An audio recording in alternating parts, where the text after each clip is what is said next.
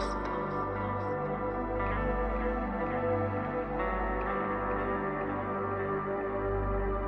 The truth is, we are always connected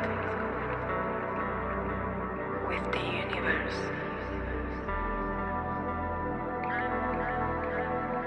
To one another. So no one is ever left out. Let yourself feel connected to all that is. In your mind, repeat these words in your mind.